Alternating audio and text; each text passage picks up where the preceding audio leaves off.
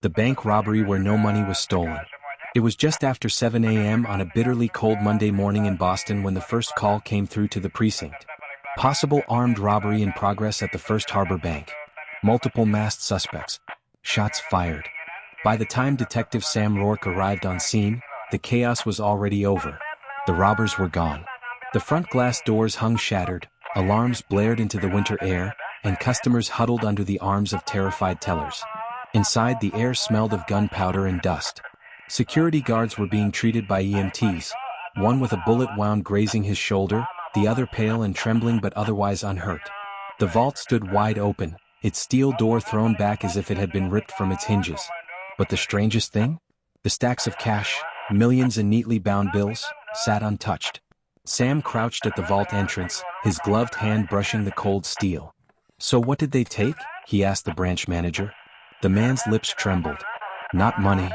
In the back of the vault, behind an unmarked compartment, a single deposit box sat empty. No label, no account number. Just an open rectangle where something small, had once been. What was in there? Sam pressed. The manager hesitated, eyes darting toward the cameras.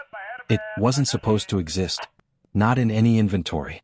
And if you value your career, detective, you'll stop asking. That was the first lie of the morning. The security footage was a mess.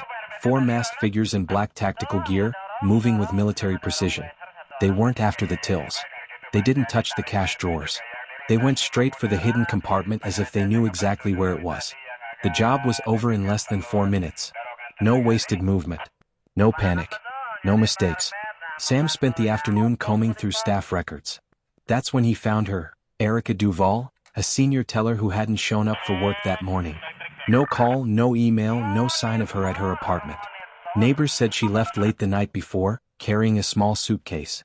Her personnel file revealed something else. 2 years ago she'd worked in a different branch, one that had also suffered a strange robbery. Different crew, same result, no cash stolen, only a single deposit box missing. That case had gone cold. By nightfall, the city was buzzing. Talk radio hosts speculated about inside jobs, mob connections, even government cover-ups. Sam didn't believe in coincidences. He believed in patterns. And now he had 2 nearly identical robberies 2 years apart with the same mysterious target. The next morning, Sam got a call from a source in the organized crime unit. "You didn't hear this from me," the voice said, low and urgent, "but that deposit box? It's not about money. It's about leverage. And if you're smart, you'll stay out of it." Before Sam could respond, the line went dead. That afternoon, Erica Duval's car was found abandoned in a parking lot near the harbor. Inside, her phone lay smashed on the passenger seat. The suitcase she'd been seen carrying was gone. As Sam stood by the car, looking out at the frozen water, he noticed something odd. Tucked under the windshield wiper was an envelope.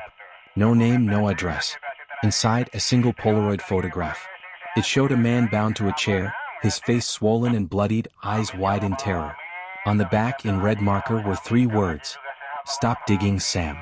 That night, Sam barely slept. The threats didn't scare him, they angered him. Whoever had taken that box wanted to control the narrative, and he'd be damned if he let them. Digging into old police archives, he found 2 more robberies, each with the same method: swift, targeted, and ignoring millions in cash. The missing boxes had all been tied to people who later disappeared without a trace. It was a puzzle with half the pieces missing. And the only person who might have the rest, Erica, was gone. On the 3rd day, a break came in the form of an anonymous tip. "If you want to know what's inside those boxes, check the basement of Pier 9. Sam drove out in the pouring rain, the harbor shrouded in fog. Pier 9 was an old shipping warehouse, long abandoned and fenced off. Inside, the air was damp and reeked of rust. He found a set of stairs leading down to a locked metal door. The lock was new, expensive. He picked it in seconds. The door groaned open. The beam of his flashlight swept across rows of shelves, each lined with small deposit boxes identical to the one from the bank. Dozens of them.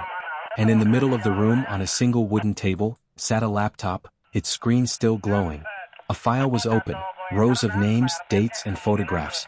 Political figures, CEOs, judges, all connected by something Sam didn't yet understand.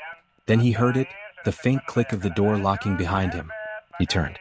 And standing in the shadows was a figure in black tactical gear, the same kind from the robbery. The voice behind the mask was calm, almost polite. You weren't supposed to find this, detective. And now, you're part of it. Sam's pulse thudded in his ears. The figure in tactical gear stepped closer, boots echoing on the damp concrete. The dim light from the laptop screen caught the curve of a pistol in their hand. "Turn around," the voice ordered. Sam obeyed, but his mind was racing. He could hear faint water dripping somewhere in the basement, the distant groan of the pier under the weight of the storm outside. The masked figure moved toward the table and snapped the laptop shut. "You've seen too much. Walk away now and you might get to keep breathing." Sam forced his voice steady. "These names, politicians, judges, CEOs, what's in those boxes? Blackmail? Bribes?" The figure chuckled, low and humorless. "It's not blackmail when the truth is worse than the lie. Some people pay millions to keep their secrets buried. Others make sure those secrets can be used when needed." Sam's eyes flicked to the shelves of deposit boxes. "And you? You're just the delivery service?" That earned him a sharp jab in the ribs with the gun barrel. "I'm the insurance policy. And you're in over your head." They motioned for him to walk back toward the stairs. As he climbed, his mind locked onto one thought. If they were letting him go, it was only because they were certain he couldn't touch them. By the time Sam got back to his car, rain was coming down in sheets. He turned the key and found a folded slip of paper wedged into the steering wheel. It was another Polaroid. This time it was Erica, tied to a chair in some dim, windowless room. A date was scrawled across the bottom. Tomorrow. Sam knew it was a warning. Or a countdown. He spent the night piecing together everything he had. Robberies spanning a decade, each targeting specific deposit boxes. Victims who vanished, and now a warehouse full of more boxes than he could count. This wasn't a simple crew of thieves. This was a system. A shadow network. The next morning, Sam pulled strings. An old friend in the cybercrimes unit owed him a favor, and within hours they had traced the laptop serial number. It had been purchased under a fake name but delivered to a legitimate business. East Point Logistics, a small freight company operating just a few blocks from the pier. He staked the place out from his car, sipping bad coffee, watching trucks come and go. Around noon, a van pulled up. The driver stepped out, a tall man in a raincoat. Even from a distance, Sam recognized the gait. It was the same man from the security footage at the bank, the one who moved like he'd done this 100 times before. Sam tailed the van through the winding streets of the industrial district until it pulled into a storage facility. The driver disappeared inside, carrying a single metal case. When he came back out, Sam approached. "Boston PD. We need to talk." The man froze, then bolted.